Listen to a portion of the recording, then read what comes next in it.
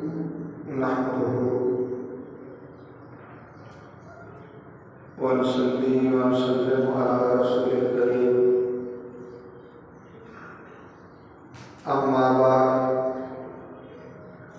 فأعوذ بالله من الشيطان الرجيم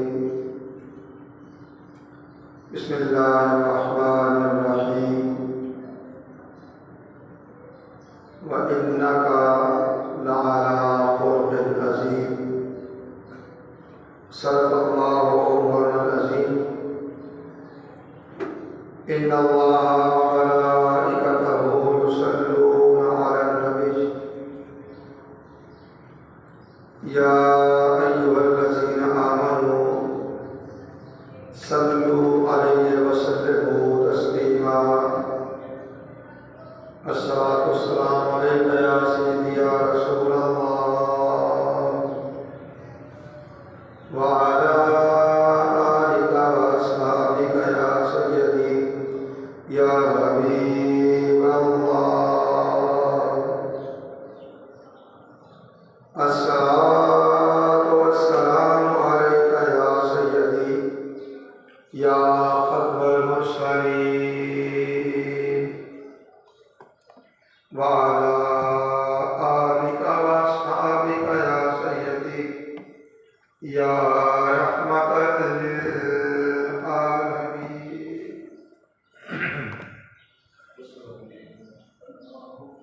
اللہ رب العزت کے ابو ثنا اور اس کے پیارے حبیب حضور احمد مصطفیٰ محمد مصطفیٰ علیہ تجد و ثنا کی بارگاہ بے کسنا میں ہدیہ درود و سلام کے بعد حاضرین و سامعین محترم، اللہ رب العزت کا بے پایہ فضل و احسان ہے جس کی توفیق سے ہم جمعہ مبارک کی ان بابرکت ساعتوں میں اللہ کے گھر میں حاضر ہیں۔ عنوان گفتگو کے طور پہ سورہ القلم کی آیت نمبر 4 کا کچھ حصہ تلاوت کرنے کا شرف حاصل کیا، جس میں اللہ رب العزت نے رسول کریم رؤوف الرحیم سید الاولین والآخرین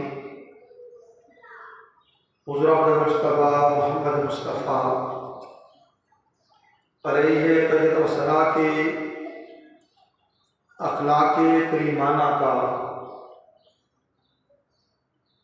مقام، اس کا وصف اور اس کی شان بیان فرمائی، یہ کہتے ہوئے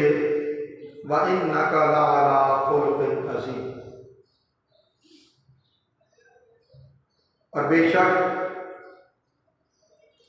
آپ صلی اللہ علیہ وسلم خلق عظیم کے اعلیٰ مرتبہ پر فائز ہیں، خلق عظیم کے اعلیٰ مرتبہ پر فائز ہیں۔ آج ہماری گفتگو ہے اس حوالے سے کہ اعلیٰ اخلاق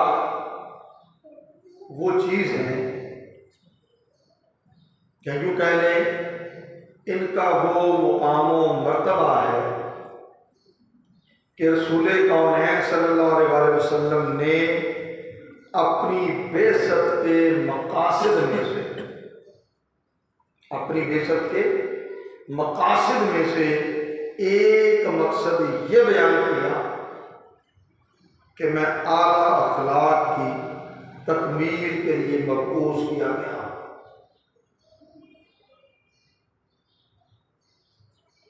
حضرت ابی ہریرہ رضی اللہ تعالیٰ عنہ سے روایت ہے، وہ کہتے ہیں ان رسول اللہ صلی اللہ علیہ وسلم قال کہ رسول اللہ صلی اللہ علیہ وسلم نے ارشاد فرمایا انما بعثت لأتمم صالح الاخلاق،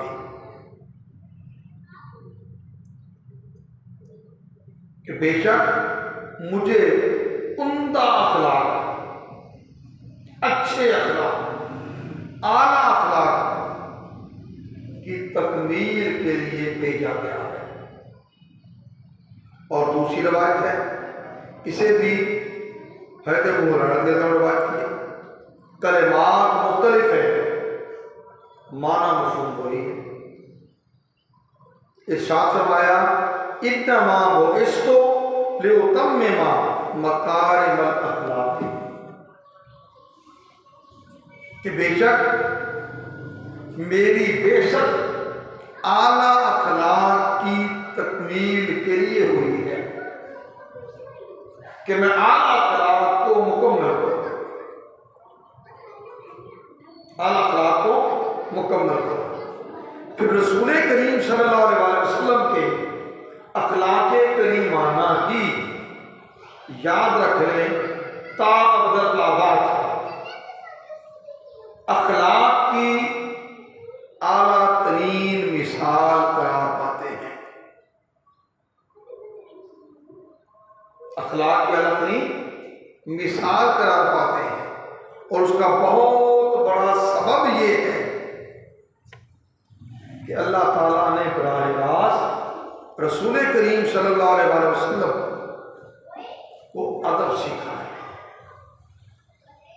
اور اچھا ادب سکھایا، ادب سکھایا اور اچھا ادب سکھایا۔ حضرت عبداللہ رضی اللہ تعالیٰ وہ روایت کرتے ہیں کہ رسول اللہ صلی اللہ علیہ وسلم نے ارشاد فرمایا ان اللہ ادبنی، بے شک اللہ تعالیٰ نے مجھے درجہ ادب سے آراستہ کیا، وَأَحْسَنَ أَدَّبَنِي،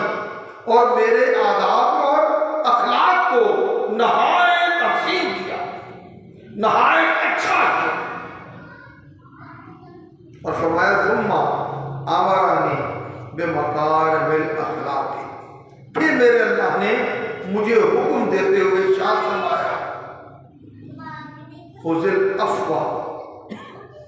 درگزر اختیار کیجیے، وَأْمُرْ بِالْعُرْفِ، نیکی کا حکم دیجیے، وَأَعْرِضْ عَنِ الْجَاهِلِينَ، اور جاہلوں سے کنارہ کیجیے، ان سے الگ ہو جائے، ان سے الگ ہو جائے۔ اور حضرت امام ابن المقفع وہ رسول کریم صلی اللہ علیہ وسلم کے ادب کی نسبت بیان کرتے ہیں، اور انہوں نے روایت کیا امام محمد علی باقر، جنہیں المعلومات میں امام باقر کہا جاتا ہے، اہل بیت اطہار کے ائمہ میں سے، انہوں نے روایت کی، کہتے امام باقر نے رسول کریم صلی اللہ علیہ وسلم کے اخلاق کی فرمایا ادب اللہ محمد صلی اللہ علیہ وسلم بأحسن الآداب، کہ اللہ تعالیٰ نے محمد صلی اللہ علیہ وسلم کو انتہائی خوبصورت آداب سکھائے اور خلق عظیم کا مرقع بنایا، خلق عظیم کا مرقع بنایا۔ اور یہ اخلاق کیوں نہ ہوں، اچھے بھی اور اعلیٰ بھی، جب اخلاق سکھانے والی ذات اللہ کی ہو، جب اخلاق سکھانے والی ذات اللہ کی ہو، اور جب وہ سکھائے اور سیکھنے والے محمد صلی اللہ علیہ وسلم، تو پھر اخلاق کیوں وہ معیار نہ پائیں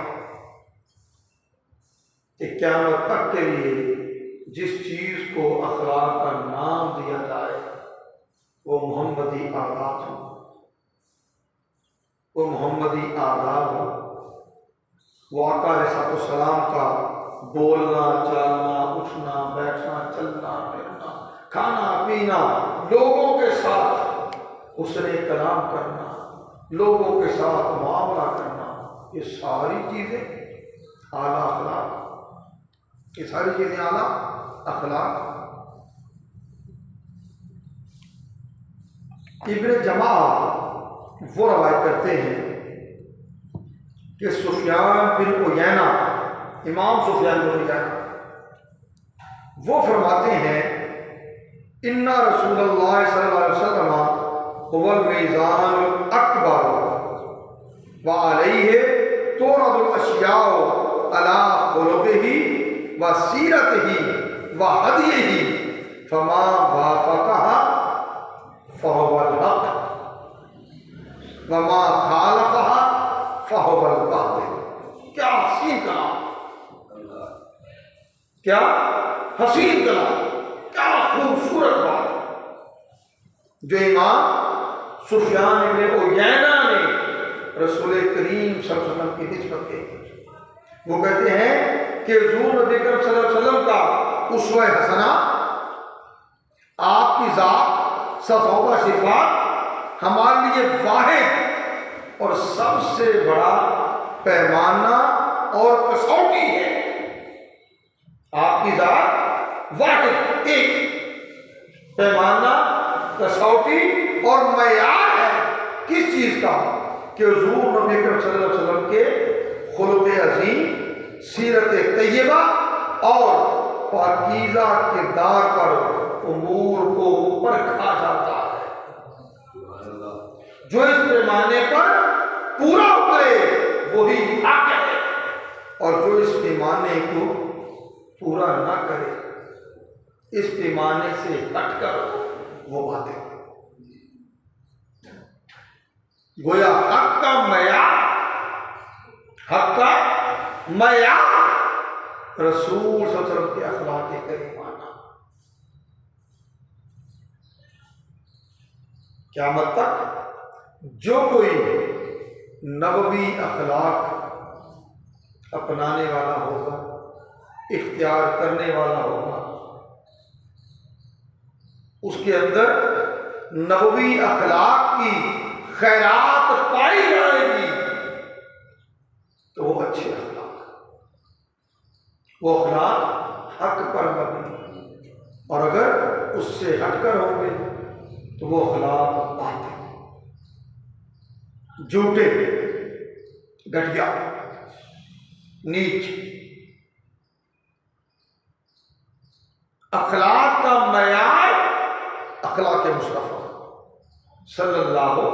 علیہ وسلم، جو آپ کے اخلاق سے ہٹ گیا اس کا اخلاق سے تعلق ہی کوئی نہیں، اس کا اخلاق سے تعلق ہی کوئی نہیں۔ اخلاق کی ایک شخصی زندگی میں، ایک معاشرتی زندگی میں یہ حیثیت ہے کہ اگر افراد معاشرہ بااخلاق ہوں، معاشرتی اقدار ترقی کرتی ہے، بلندی کی طرف جاتی ہے، اور اگر افراد معاشرہ اخلاق کی گراوٹ کا شکار ہو، اخلاق کے معیار بدل جائے تو پھر اقدار بھی نیچے گرتی ہیں، اقدار بھی نیچے گرتی ہیں۔ سچائی اعلیٰ خلق ہے، لیکن جب جھوٹ بولا جائے، اسے منوایا جائے اور یہ چیز مہارت کہلائے، اور یہ چیز مہارت کہلائے کہ دیکھیں کیسے الو بنایا، کیسے چارا، کیسی بات سنائی، پھر سیدھی بات معاشرتی اقدار کا گرنا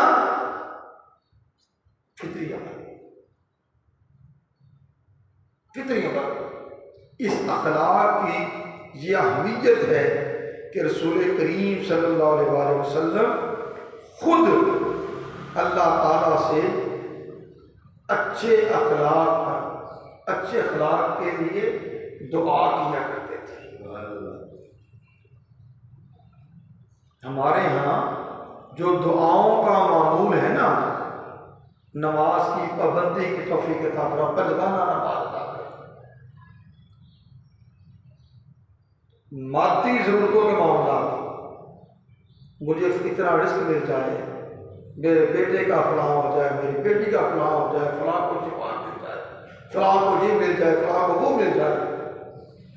فلاں کی مصیبتیں مشکلات آسان ہو جائیں۔ ہمارے یہاں دعائیں اسی کام کی ہیں نا۔ اللہ کے نبی صلی اللہ علیہ وسلم آپ دعا کیا کیا کرتے تھے؟ حضرت عبداللہ ابن مسعود رضی اللہ تعالیٰ عنہ راوی ہیں، کہتے ہیں ان رسول اللہ صلی اللہ علیہ وسلم یقول اللہم احسنت خلقی فاحسن خلقی، کہ رسول کریم صلی اللہ علیہ وسلم دعا کیا کرتے تھے، اے اللہ جس طرح تو نے میری خلقت یعنی شکل و صورت کو خوبصورت بنایا ہے، اسی طرح میرے اخلاق کو خوبصورت بنا۔ یہ رسول کریم صلی اللہ علیہ وسلم کی دعا ہے۔ اور دوسری روایت ہے آقا علیہ السلام ان کلمات کے ساتھ دعا کیا کرتے ہیں، اللہم انت حسنت خلقی فحسن خلقی، اے اللہ تو نے مجھے خلقت میں شکل و صورت میں حسین بنایا ہے، بس تو میرے اخلاق کو بھی حسین کر دے، میرے اخلاق کو بھی حسین کر دے۔ اب آپ یہ اندازہ کریں کہ اچھے اخلاق کتنی قیمتی چیز ہے، کتنی قیمتی چیز کہ اللہ کے نبی صلی اللہ علیہ وسلم اس کے لیے بات کرتے، جبکہ آپ پیکرے اخلاق ہیں۔ اعلان نبوت سے بھی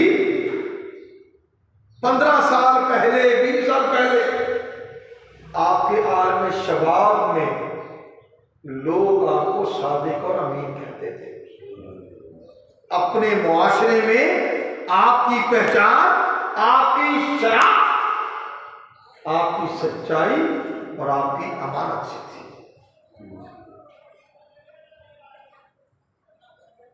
آپ کی سچائی اور آپ کی امانت تھی۔ اور اگر ہم معاشرے میں جھوٹ بھی بولیں، خیانت بھی کریں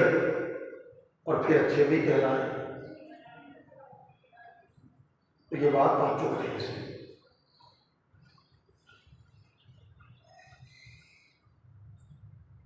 وہ کیا علامہ اقبال کا شعر ہے،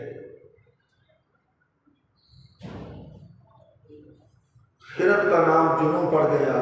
جنوں کا خرد، جو چاہے آپ کے اس کا کشمہ ساز کرے۔ عقل مندی، دانش مندی کا نام جنون دیوانگی ہو گیا، اور دیوانگی کا عقل مندی۔ جب معیار یوں بدل جائیں، معنی و مفاہیم یوں بدل جائیں کہ بندہ جھوٹ بولے اور اتنے پکے پیری بولے کہ سچ بھی شرما جائے، پھر بنے گا کیا؟ پھر تو دھوکہ ہے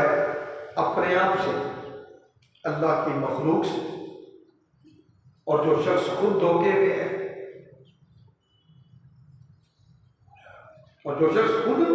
دھوکے میں ہے، وہ کسی کے لیے وفا کا کیا کرے گا؟ وہ کسی کے لیے وفادار نہیں ہو سکتا۔ اب دوسری طرف دیکھیے، ایک طرف رسول کریم صلی اللہ علیہ وسلم اچھے اخلاق کی دعا کر رہے ہیں، اور دوسری طرف برے اخلاق سے اللہ سے پناہ مانگ رہے ہیں۔ اهدنا الصراط المستقیم صراط الذین انعمت علیہم غیر المغضوب علیہم ولا الضالین۔ اخلاق میں بھی اچھے اخلاق کا مانگنا پھر برے اخلاق سے پناہ مانگنا۔ راستہ انعام یافتہ لوگوں کا مانگنا، اور جو انعام یافتہ نہیں ہیں، گمراہ ہیں،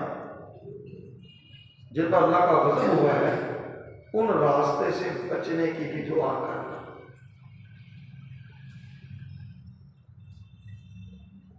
حضرت علی بن ابی طالب رضی اللہ تعالیٰ عنہ راوی ہیں۔ اس حدیث کو امام مسلم، ابو داؤد، نسائی اور دارمی انہوں نے روایت کیا۔ اور یہ اگلی بات دیکھیں کہ یہ دعا کی کس وقت جا رہی ہے۔ حضرت علی بن ابی طالب راوی ہیں رسول کریم صلی اللہ علیہ وسلم سے انہ کان اذا قام الى الصلاۃ قال وجہت وجهي للذی فطر السماوات والارض حنیفا وما انا من المشرکین، کہ جب رسول کریم صلی اللہ علیہ وسلم نماز کے لیے کھڑے ہوتے، نماز کے لیے، پھر آپ یہ کہتے کہ میں نے اپنا چہرہ اس کی طرف کر لیا جو آسمانوں اور زمینوں کا پیدا کرنے والا ہے، اور میں بالکل اسی کی طرف یکسو ہو گیا۔ وَمَا أَنَا مِنَ الْمُشْرِكِينَ، اور میں مشرکوں میں سے نہیں ہوں۔ إِنَّ صَلَاتِي وَنُسُكِي وَمَحْيَايَ وَمَمَاتِي لِلَّهِ رَبِّ الْعَالَمِينَ، بے شک میری نماز، میری قربانی، میرا جینا، میرا مرنا اس اللہ کے لیے ہے جو تمام جہانوں کا رب ہے، لا شریک لہ، اس کا کوئی شریک نہیں، وَبِذَلِكَ أُمِرْتُ، اور مجھے اسی چیز کا حکم دیا گیا ہے،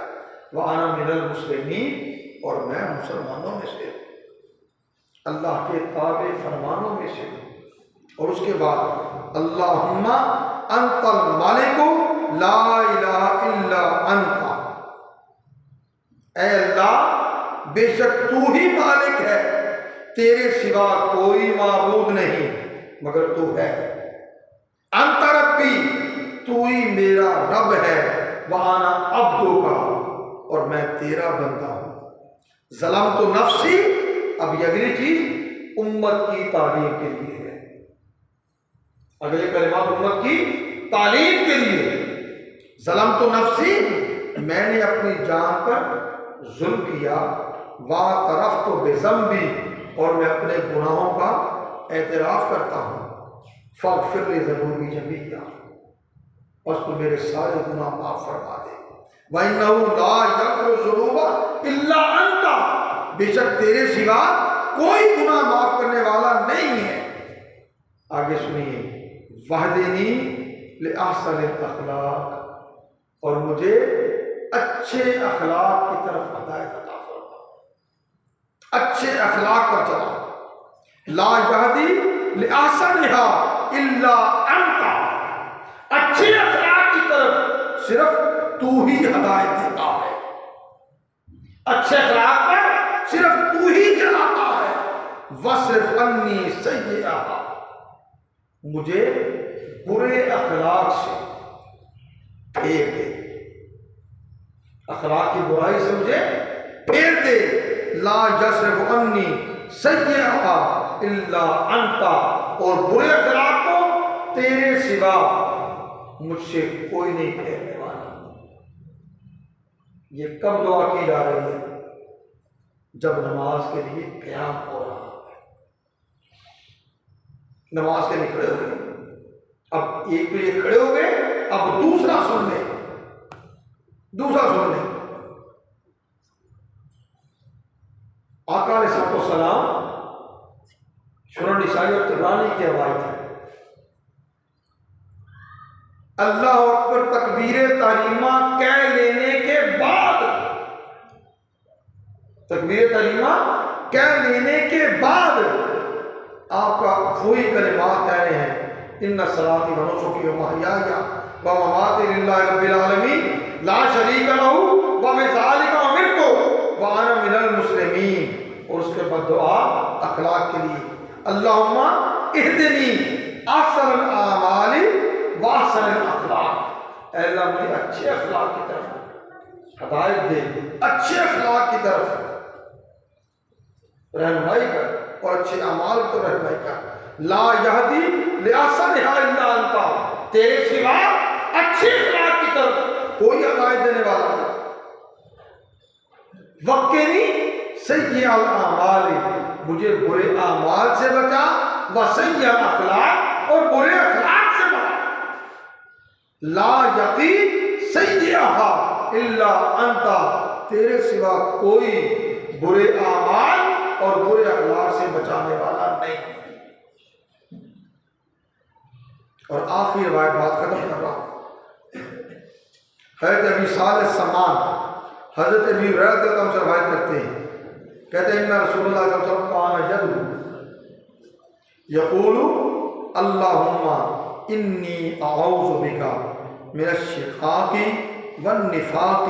وسوء الاخلاق، اے اللہ میں تجھ سے بدبختی، نفاق، منافقت اور برے اخلاق سے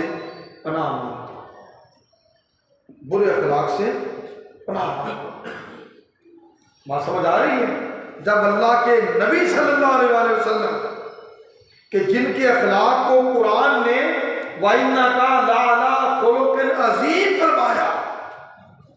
آپ اللہ سے اچھے اخلاق کی دعا کرتے ہیں، برے اخلاق سے پناہ مانگتے ہیں، تو صرف یہ جان لیجیے اخلاق کا مقام و مرتبہ کیا ہے۔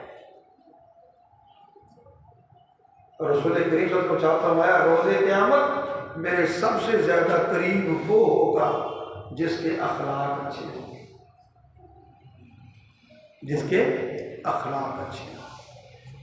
اللہ پاک ہمیں حسن اخلاق اختیار کرنے کی توفیق عطا فرمائے، ہمارے اخلاق کو اچھا فرمائے